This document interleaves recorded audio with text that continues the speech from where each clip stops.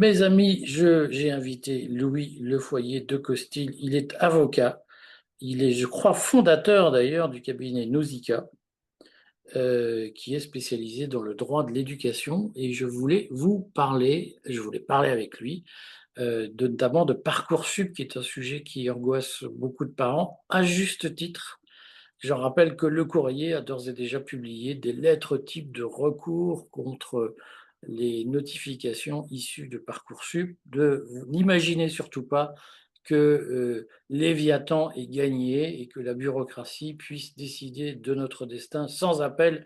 Vous pouvez faire des recours même gratuits et c'est toujours utile de le faire. Mais on va en profiter pour refaire confirmer tout ça par Maître Lefoyer de Costil. Vous êtes installé à Paris. Oui, tout à fait, oui. Votre cabinet est comme un cabinet important. Vous peut-être plop, plop, nous en dire trois mots. Oui, donc nous, c'est Nausicaa Avocats. Et là, aujourd'hui, on est 5 avocats et on intervient principalement en droit de l'éducation, et un peu plus généralement tout ce qui s'appelle droit public, droit administratif. Et donc, c'est vraiment au quotidien, c'est les problèmes liés par des élèves, des parents d'élèves, des étudiants quand ils sont plus grands. Ça peut porter sur la discipline, le handicap, les inscriptions scolaires, les examens, les concours, la violence scolaire, le harcèlement scolaire. C'est tout un petit peu tout ce qui est lié à l'école et puis après à l'enseignement supérieur. Principalement, avec quelques autres choses qu'on fait aussi, mais voilà, pour ce qui concerne la vidéo, c'est vraiment le droit de l'éducation et c'est ce qu'on fait voilà, principalement.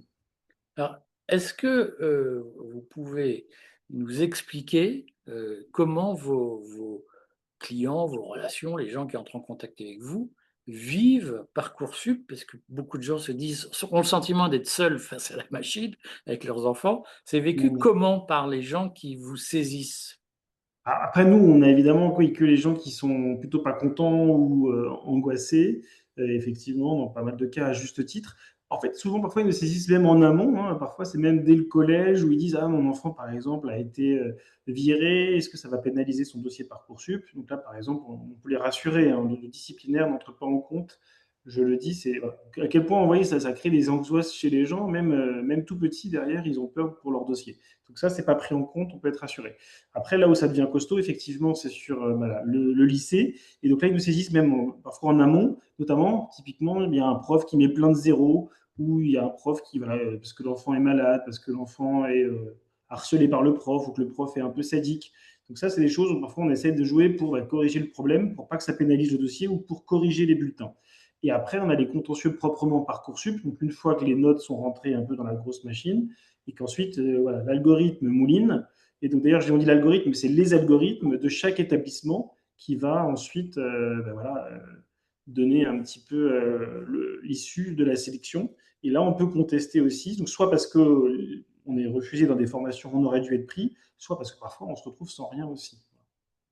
Alors, si ça ne vous ennuie pas, on va commencer par parler de Parcoursup, mais je voudrais parler des notes pendant la scolarité parce que c'est un sujet extrêmement important. Aujourd'hui, donc concrètement, quand les parents, enfin les enfants, les jeunes qui ont déposé leur dossier, alors ils espéraient avoir les formations de leurs rêves et ils découvrent qu'ils n'ont pas du tout ce qu'ils voulaient et qu'on leur propose quelque chose dont ils n'ont pas envie. Qu'est-ce qu'il est possible de faire? Alors, il y a plusieurs choses.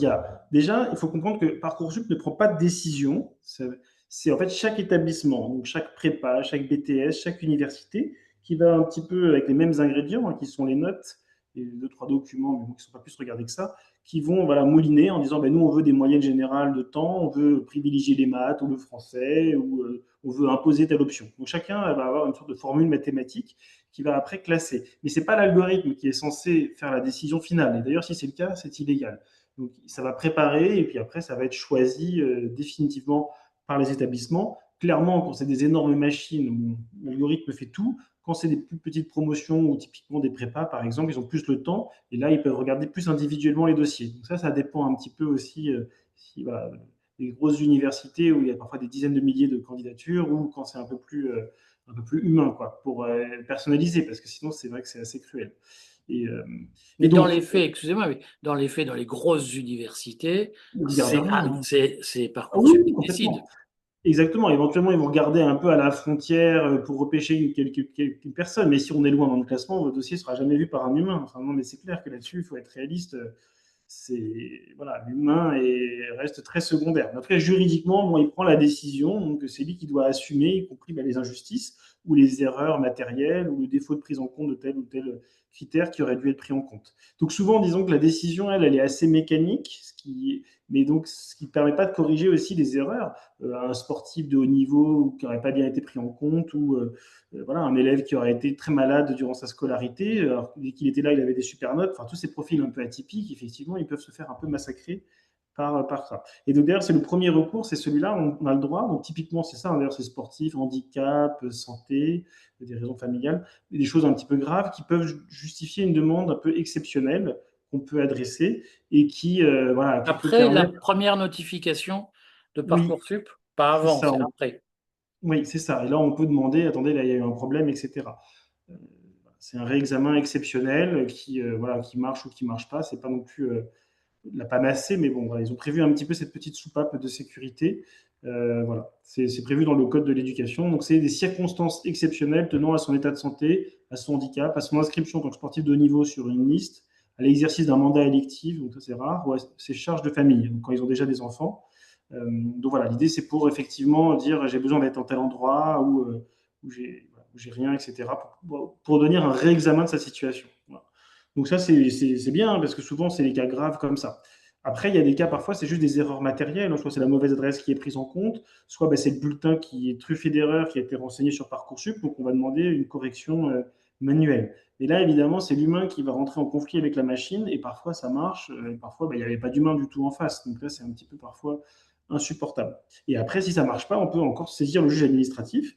Donc là, c'est les cas un peu voilà, où vraiment c'est nécessaire. Mais ce qui est peut-être un petit peu mal fait, c'est qu'on ne peut pas dire, voilà, j'attaque Parcoursup, on doit attaquer genre tel établissement, qui parfois n'y est pour rien dans le problème hein, de gestion du dossier, devant tel tribunal dont va dépendre l'établissement. Donc là, c'est un petit peu après l'usine à gaz pour faire valoir ses droits. Voilà.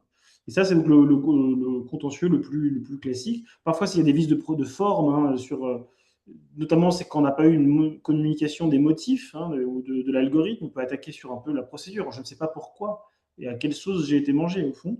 Et après, Donc c'est ça, plus c'est le recours gracieux disant exactement. Oui, expliquez-moi ce qui voilà. s'est passé. Je veux savoir. Et donc, s'ils ne répondent pas justement à cette demande, on peut après aller au tribunal. Mais après, parfois, il y a des contentieux, il faut faire attention. On gagne sur le principe, mais finalement, à la fin, on n'est quand même pas pris. Il faut toujours vérifier par rapport aux arguments qu'on a. Est-ce que ça permet de gagner au sens, j'obtiens une décision de justice favorable, mais est-ce qu'à la fin, c'est juste pour le principe, ou est-ce que, effectivement, j'ai une place dans la filière que je souhaite, ou même une place quelque part si j'ai été pris nulle part. Donc ça, il faut faire attention dans les arguments, parce que ce qui compte, c'est pas de gagner juste le procès, hein, c'est de gagner et d'avoir une formation qui nous plaît ou enfin, voilà, qui est porteuse d'avenir, qui est géographiquement acceptable. Enfin, voilà. Donc là-dessus, c'est ça au fond derrière qu'il faut regarder. Et ça, après, voilà, c'est pour le coup, en général, c'est utile. Nous, on fait des entretiens, on prend une heure et on essaie de regarder par rapport à l'objectif du client et puis par rapport au droit, à la jurisprudence, par rapport aux preuves qu'on a, hein, parce que parfois le dossier est béton, mais pour une raison X ou Y, on n'a pas de preuves. Et donc d'ailleurs, j'encourage aussi bien les élèves quand ils peuvent, aux étapes importantes, à garder les mails, à faire des captures d'écran, etc. Parce que parfois, on a des dossiers sur histoire et béton, mais on n'a rien. C'est-à-dire que enfin, moi, je ne peux rien faire. C'est aux demandeurs, c'est à nous de prouver qu'ils ont mal fait. Parfois, il est difficile. C'est pas eux de prouver. Enfin, on ne peut pas dire vous avez mal fait, prouver l'inverse. En tout cas, pour certaines choses, oui, mais disons pour les choses importantes, si par exemple la plateforme bug, ou que j'ai envoyé des pièces qui n'ont pas été prises en compte, ou une demande de changement d'adresse qui n'a pas été prise en compte, ou un certificat médical qui n'a pas été pris en compte, ça c'est vraiment important d'avoir les preuves. Parce que sinon, le dossier il est vide, hein, même si. Et pareil, beaucoup de parents aussi, je vois, font beaucoup de choses par téléphone, ce qui est très bien, ça peut être plus efficace, mais après on est tenu quand on veut aller au contentieux. Donc même si on se fait par téléphone, parce que ça peut aider, parfois, c'est vraiment un truc intelligent à faire, mais garder au moins une trace écrite, doublée par mail, pour après montrer qu'on a fait telle ou telle démarche. Parce que sinon, après, encore une fois, le dossier peut être vide et ça, c'est pas bon. C'est pas bon quand on veut aller plus loin. Est-ce que, à votre connaissance, il y a beaucoup de contentieux sur Parcoursup, donc de gens qui saisissent le tribunal administratif?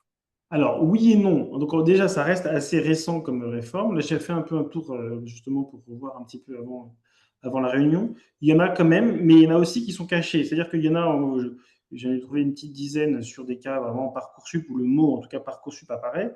Mais après, si j'attaque une décision de refus de réinscription dans une université, le mot-clé Parcoursup ne va pas forcément apparaître dans la décision, mais au fond, ça sera un refus de réinscription en licence première année. Donc peut-être c'est une différence de Parcoursup, mais celles-là, elles sont plus difficiles à tracer. Parce qu'évidemment, les contentieux liés à des refus d'inscription dans l'enseignement supérieur, première année, bon, c'est le cas aussi beaucoup maintenant en master, c'est des choses qui dépassent Parcoursup, hein, avec, voilà, il y a des trucs très classiques en droit de l'éducation, mais qui sont un petit peu aggravés par Parcoursup parce qu'il y a plus de refus et il y a plus de candidatures. Avant, on ne candidatait pas dans autant de formations. Donc, on a un petit peu changé d'échelle et en même temps, ça a été beaucoup automatisé. Donc, ça, voilà, il y a des choses qu'on y gagne, d'autres on y perd, mais globalement, on a plutôt tendance à y perdre parce que ben, voilà, il y a moins d'humains, quoi. Donc, c'est plus difficile de contester une formule mathématique que voilà, quelque chose d'un peu plus artisanal.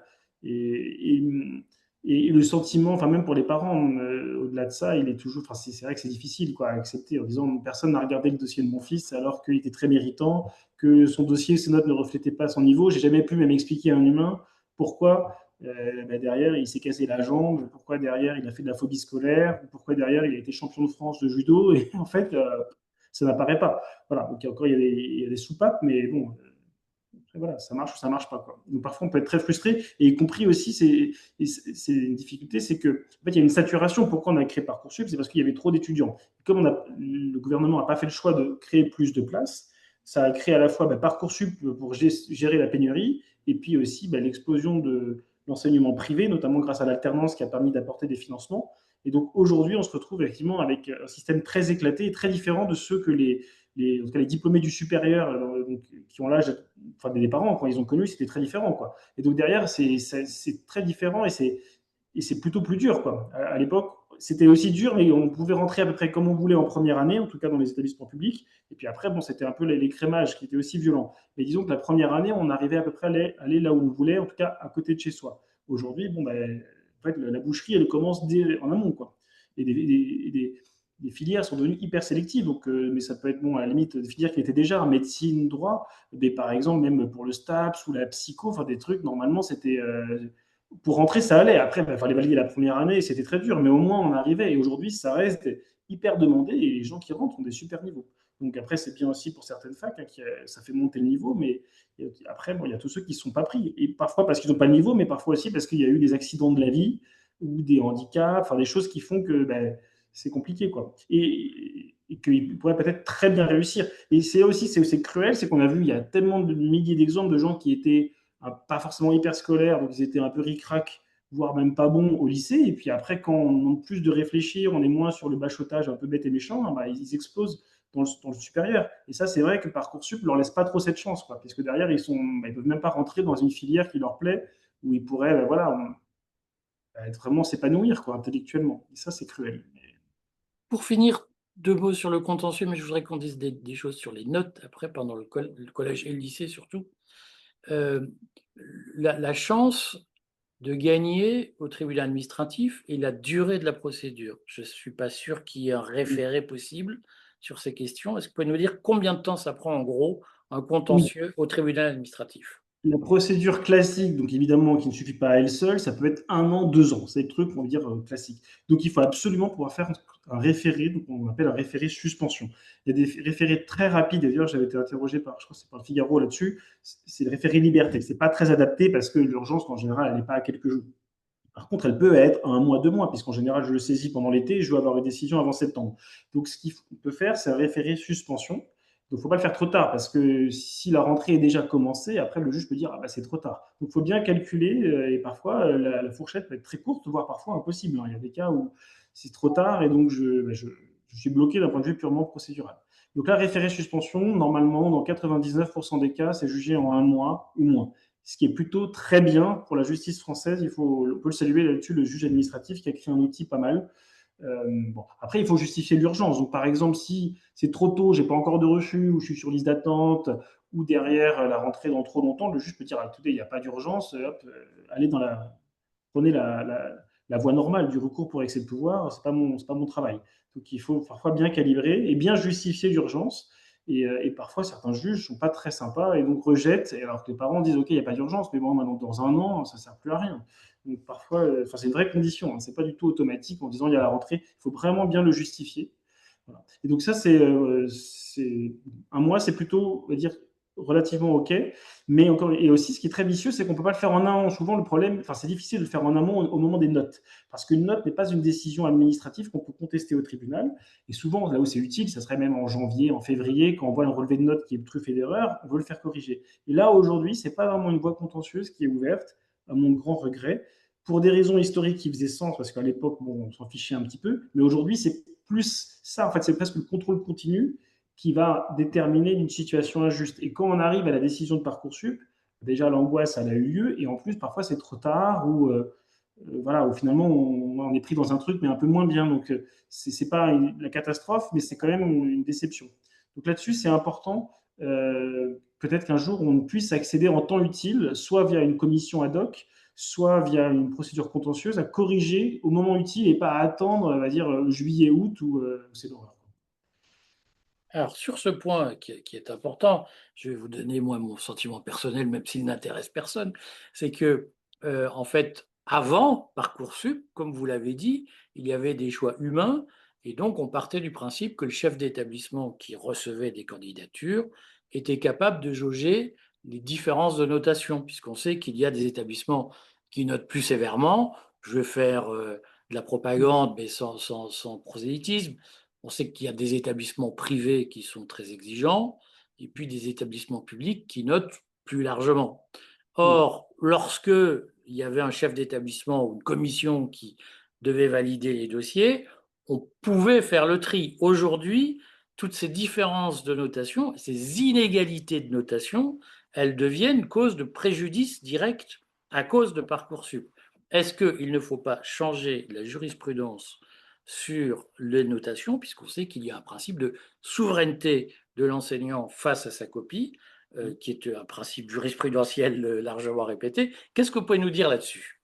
Alors, déjà, c'est tout à fait vrai. Alors, avant, l'injustice pouvait aussi être dans l'autre sens, c'est-à-dire qu'il y avait des établissements qui allaient rentrer voilà, 80% de leur promo à Sciences Po ou en médecine, et d'autres qui étaient zéro, y compris le meilleur élève du collège, il était blacklisté. Donc, parfois, quand c'était à l'établissement, ça pouvait aussi créer des injustices, mais aujourd'hui, c'est un peu l'effet inverse. Et en fait, on voit déjà les effets, c'est-à-dire que ça a créé une inflation des notes, parce que les écoles privées ou les écoles un peu élitistes, bon, ils ne veulent pas non plus envoyer leurs élèves au casse-pipe, donc ils ont tendance à remonter les notes, ce qui, voilà, peut-être crée moins de pression pour les élèves, qui est plus proche de leur vrai niveau. Mais donc ça cause aussi, ça crée aussi en fait un problème. Mais globalement, oui, ça a plutôt défavorisé les élèves, enfin les établissements un petit peu élitistes. Et d'ailleurs, les stratégies de scolaires, qui étaient normalement de je veux que mon enfant soit dans le meilleur établissement, parfois peuvent être contre-productives. Et il vaut mieux maintenant être très bon dans un établissement moyen que moyen dans un établissement très bon. Ce qui n'était pas trop le cas avant. Avant, c'était plutôt l'inverse. Donc ça crée aussi des changements de stratégie scolaire. Et aujourd'hui, voilà, effectivement, c'est des sujets, en tout cas, voilà, pour pouvoir plus pondérer selon l'établissement. Voilà. Parce que juridiquement, en fait, l'établissement a toujours la possibilité de faire ce qu'il veut. Donc, il y a une proposition qui est faite par l'algorithme, et ils peuvent après dire, bon, voilà, le type, il vient d'Henri IV ou de Louis le Grand, hop, je le prends, même s'il est dernier de sa classe, parce que, bon, même pour rentrer, a priori, c'était une bête à concours. Aujourd'hui, donc ça reste possible d'un point de vue humain en tout cas, parce que c'est eux qui choisissent à la fin. Mais évidemment, bon, après, il faut se farcir. Enfin, les centaines, voire les milliers ou les dizaines de milliers de candidatures. Et avant, comme c'était, on envoyait son petit dossier un peu à la poste, bon, on n'allait pas, on candidatait moins. Et donc finalement, voilà, ça ouvre aussi beaucoup de portes à certains qui étaient plutôt en périphérie ou qui n'allaient pas se dire, je vais postuler moi à la Sorbonne ou à telle grande école, qui aujourd'hui, ça facilite les choses, mais en même temps, voilà, ça crée aussi d'autres injustices. Et c'est vrai aussi pour le privé, c'est-à-dire qu'avant, il y avait le public, on savait, et puis le privé, voilà, il fallait qu'il vous démarche, qu'il vous trouve. Aujourd'hui, presque tout le monde est un peu mis à égalité sur la plateforme, donc ça favorise aussi beaucoup l'établissement privé. Et ça, s'il y a un truc vraiment hyper important à dire dans cette vidéo, c'est attention au privé, dans le supérieur, parce qu'il n'y a pas comme l'équivalent du privé sous contrat, ça n'existe pas. Donc en fait, c'est du privé, il y a à boire et à manger. Ça peut être très très bien, même beaucoup mieux parfois que le public, mais ça peut être aussi des boîtes, enfin même pas boîte à fric, quoi, juste des trucs incompétents où finalement il n'y aura même pas de deuxième année, quoi. Et moi j'ai plein de gens qui viennent me voir en disant mais je me rends compte que mon diplôme n'est pas reconnu par l'État, ou qu'il n'y a pas de deuxième année, ou je vais aller en stage aux États-Unis, il n'y a rien du tout. Enfin, parfois, c'est des coquilles vides, ou c'est des choses en tout cas qui sont trop récentes ou qui n'ont pas des épaules, et puis ça s'effondre en cours de. Et parfois même, c'est des voyous, hein, il y a aussi des cas comme ça. Mais la plupart du temps, c'est juste que bah, c'est compliqué de tenir une école, et parfois, les formations ferment, ou ils arrivent à la rentrée, et puis on dit, ah, bah, finalement, le campus de Rennes a fermé, bah, soit vous n'avez rien, soit vous allez au campus de Limoges. Ce n'était pas prévu, moi je ne peux pas, etc. Donc il y a beaucoup de cas comme ça, donc vraiment vérifier si c'est des, voilà, notamment si ce n'est pas Le des formations sérieux. publiques reconnues. Renseignez-vous, voir l'ancienneté de l'école, trouver quelques anciens élèves, voir si le diplôme il est bien sur ce qu'on appelle le RNCP, hein, donc c'est les diplômes reconnus par l'État, parce que les écoles ne peuvent pas être reconnues par l'État, mais les diplômes oui. Et parfois, ce qui est un truc qui est plutôt mauvais signe, c'est quand l'école n'a pas de diplôme, mais donc elle va louer, on va dire, le diplôme d'une autre école en disant notre diplôme est reconnu, mais en fait, là, vous êtes à l'école ABC, et en fait, c'est l'école EFG qui va délivrer le diplôme. Et ça, souvent, c'est que c'est des écoles un peu moins solides et qui n'ont pas pu faire leurs preuves auprès de France Compétences, donc ils louent un diplôme. Et ça, c'est pas très rassurant. En tout cas, ça peut être très bien, mais il faut juste vérifier l'équipe pédagogique, etc. Il y a plein de choses à vérifier. Et parfois, plus, on va dire, le diplôme vend du rêve, et je vois très bien, enfin, et plus voilà, on parle de international, de luxury, de success dans le titre, plus derrière il faut faire gaffe parce que plus le titre est ronflant, plus parfois c'est juste pour vendre un petit peu du rêve. Et les plaquettes commerciales, etc., parfois ça reste aussi du vent. Donc même aller visiter le campus, on peut déjà déchanter, parler à quelques personnes. Vraiment, ça c'est le conseil primordial parce qu'après les élèves perdent une année, parfois 2 années, et puis parfois c'est vraiment une catastrophe. Voilà. Après, moi, je vois les cas où ça se passe pas. Il y a sans doute plein de cas où ça se passe très bien, mais les gens m'appellent pas. Donc, voilà. Mais j'ai une vision quand même parfois de ces établissements un peu neufs qui sont vraiment à la limite C'est une voilà, prise de risque. de l'abus de confiance, hein, parfois. Ouais. C'est une prise de risque, mais après, voilà, il va être plus en point sur l'intelligence artificielle, parfois sur l'environnement, parfois sur telle problématique un peu neuve, où le public, parfois, ben, voilà, il rame et puis il propose des formations parfois périmées. Mais l'inverse, c'est que ces formations qui sont parfois plus sexy, mais qui peuvent être aussi bidons, quoi. Ou avec des profs parfois, il y a des gens, ils me disaient, moi j'étais en BTS, voilà, et le prof, bah, il était aussi en BTS, quoi. Enfin, c'est des trucs, c'est la folie, quoi. Ou quand c'est aussi à distance aussi, il faut faire gaffe, quoi. Parfois aussi, avoir des trucs un peu, voilà, un peu à l'ancienne avec des campus, avec des profs qui sont des universitaires, c'est quand même un gage de qualité. Mais évidemment, parfois, ça peut être aussi voilà, moins moderne, etc. En tout cas, il n'y a pas de recette miracle, mais il faut juste être méfiant. Mais bon, et dans le public aussi d'ailleurs, hein, vérifier la qualité, parce qu'après, on s'engage bah, souvent pour 5 ans. Et après, les passerelles Et ne sont pas forcément faciles. quel conseil vous donnez, avant de penser à l'enseignement supérieur, quel conseil vous donnez aux parents d'un enfant qui est en première, en terminale, et qui se sent, à juste titre ou pas, on ne sait jamais, c'est toujours discutable, victime d'une espèce de vendetta, de harcèlement, d'une Mm. lubie d'un prof, et qui se dit, mais je vaux 18, je suis noté 12, et ça va sacrifier mon avenir. Qu'est-ce qu'on fait dans ce cas-là? Alors, c'est pas facile, surtout parce que quand on a un litige avec un autre élève, bon, on arrive parfois. Quand c'est avec un membre de l'enseignement, un prof, quoi, c'est pas facile parce qu'évidemment, le chef d'établissement, de base, il va prendre le parti du prof, soit parce qu'il est bon d'accord, soit parce qu'il il est un peu bloqué, sinon après, le prof se fout en arrêt maladie, etc. Donc, l'idée, c'est d'arriver à objectiver les choses. Soit si l'enfant est en souffrance parce qu'il se prend des remarques dégueulasses de la part des profs, typiquement, le réflexe, c'est certes avoir un médecin ou un psychologue, pour pas que ce soit la parole de l'enfant ou du parent versus celui du professionnel, puisque là, voilà, c'est David contre Goliath. Quoi. Donc là, il faut arriver à objectiver, donc soit par d'autres témoignages. Voilà. Après, si c'est des cas vraiment où on sait que ben, derrière, on n'a pas de preuves, mais juste il est saqué, parfois, moi, le conseil, c'est juste on sait qu'on n'aura pas gain de cause, arriver à faire recorriger les copies, c'est très difficile, ils ont leur ego, et donc parfois même de changer d'établissement, ça peut être le plus simple. Voilà. Parce que derrière, il y a des cas où juste un prof qui note très sévèrement votre enfant, on aura beau le faire recorriger par d'autres profs, etc. En général, ça n'a pas beaucoup de poids. Enfin, là, il faut être clair. Donc, s'il n'y a pas de propos inappropriés ou de violence psychologique, ou avec des témoignages qu'on peut faire état, voilà, parfois, voilà, faut choisir son combat. Il vaut mieux avoir la paix qu'avoir raison. Et ça peut être une solution de repli. Après, ça dépend évidemment de la matière, etc. Ou en tout cas, voilà, en tout cas, le conflit avec un membre de l'enseignement qui reste pro, mais qui note comme un sagouin, c'est assez difficile. Ouais. Public comme privé d'ailleurs. Dans les deux cas, il faut que ce soit du. Est-ce que ce sera ma dernière question, mais parce que j'y arriverai un jour. Est-ce qu'il ne faut pas obtenir un bouger fondamental? Parce qu'en réalité, il y a un problème. C'est que dans les pays anglo-saxons, par exemple, la notation des copies, elle fait l'objet d'une vraie documentation, d'une vraie procédure. Il y a des protocoles, on appelle ça la docimologie. Et en France, on en reste avec le prof seul devant sa copie. Parfois, il corrige à 2 heures du matin, il est fatigué, il fait n'importe quoi. Est-ce qu'on ne peut pas, à un moment donné, espérer que l'éducation nationale modifie ses processus de notation et d'évaluation des élèves?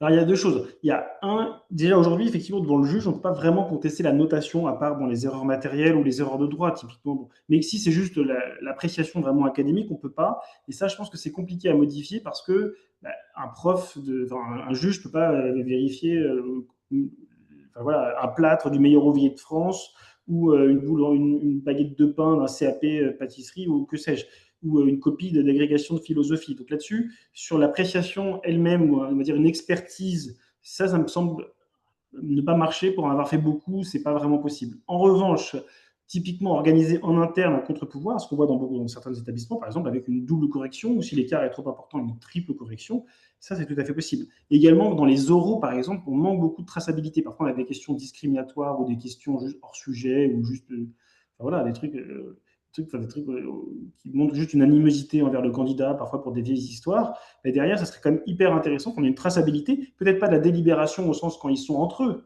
euh, à délibérer sur le jury, sur l'élève, j'entends que ça peut rester secret, mais au moins sur le déroulé des oraux. Et là, on manque de garantie. Et parfois, les oraux sont publics, mais on ne peut pas vraiment y être.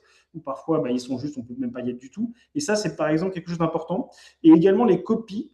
Ça, c'est un truc très bête, mais on a perdu beaucoup avec la numérisation des copies, hein, qui est très bien en soi, mais on ne peut plus vraiment bien vérifier les erreurs de report de notes, qui arrivent en fait assez souvent, même si c'est un cas sur 100, enfin, ça fait quand même beaucoup. Le prof met voilà, un 12, et puis quand il entre sur l'ordinateur, il se trompe, soit il se décale d'une ligne, ou je sais pas.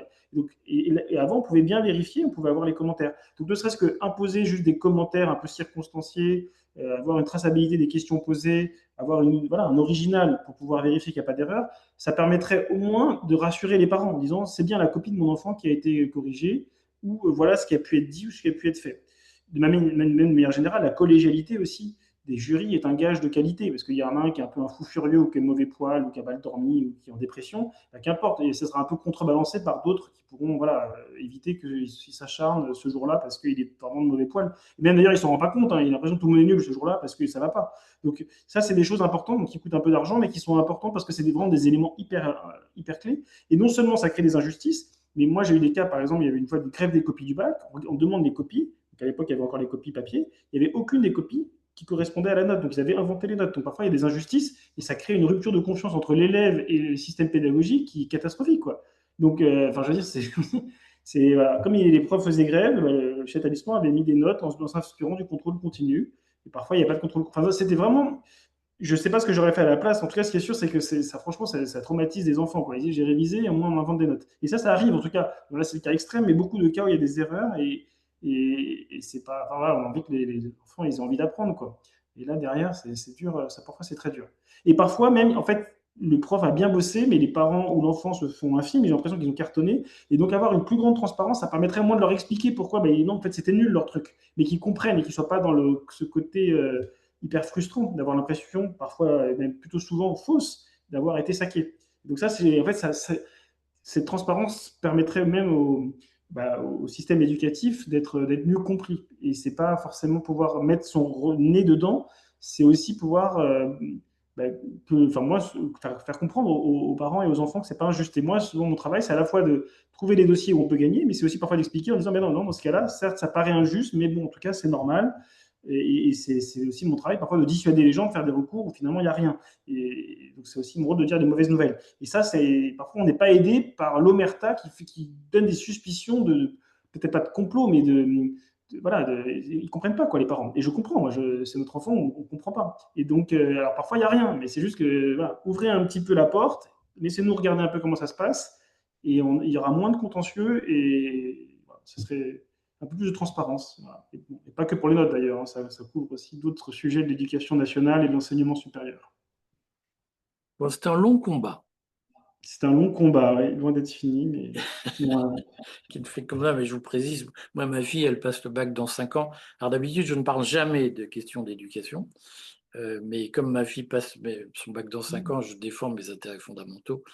Et donc, je Ben commence oui, à m'intéresser avec inquiétude d'ailleurs à ce sujet, puisque je vois tout autour de moi des parents effondrés qui se disent, mais enfin, tout ça n'a ni queue ni tête. Tu vois. Et donc, moi, je dis toujours, moi j'ai connu ça quand j'étais petit, en 92, c'était au Rwanda qu'il y avait ce système, et maintenant c'est en France, je ne sais pas si oui, c'est bon c'est signe ça, pour nous. c'est pénurie. Non, mais c'est vrai que nous, avant le bac, bon, on avait accès à l'enseignement supérieur. Et c'est vrai que dans beaucoup d'autres pays voilà, moins riches, où ben, il n'y avait effectivement pas beaucoup de place dans le supérieur, il y avait ce système où finalement, il y avait des concours très durs d'entrée qu'on ne connaissait pas en France. Et finalement, c'est vrai que c'est un petit peu étonnant. Merci beaucoup. Maintenant que je rappelle que vous êtes fondateur du cabinet Nausicaa, qui se trouve avenue Bosquet à Paris, c'est très Alors, prestigieux. on a changé, on est rue des Eaux, mais c'est pas Oh, c'est encore la mieux. 16e. Voilà. Rue des Eaux, qui, si je ne m'abuse, abrite le musée du vin d'ailleurs. Exactement, voilà, une adresse pleine de paradoxes. Ouais, une rue très cinématographique. Merci beaucoup, maître, et puis je suis sûr que je vous réinviterai parce que c'était passionnant. Bon, bah, super. Ah, bah, voilà. Bonne journée. À bientôt.